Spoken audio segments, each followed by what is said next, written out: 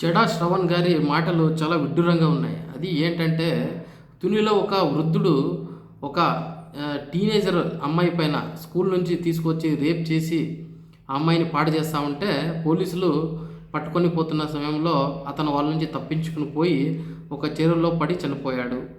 అంతేకాకుండా రీసెంట్‌గా మదనపల్లి ఇన్సిడెంట్‌లో కూడా ఒక 7 ఏళ్ల చిన్నారి పైన అఘాయిత్యం చేసిన ఒక నేరస్తుడు పోలీసులు పట్టుకొని పోతున్న సమయంలో వాళ్ళ నుంచి తప్పించుకుని పోయి చనిపోతే, ఇవన్నీ ప్రభుత్వం చేసిన కుట్రలంట.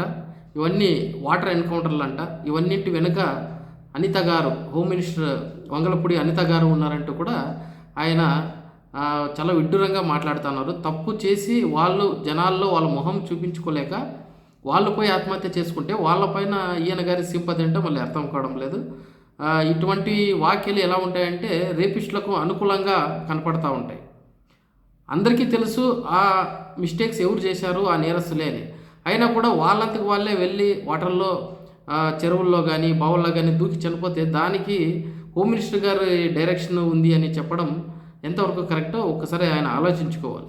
ఇంతటి నేరస్తులకు అనుకూలంగా మాట్లాడినట్లు అవుతుంది ఇలా మాట్లాడితే ఆయన జడా శ్రావణ్ గారు.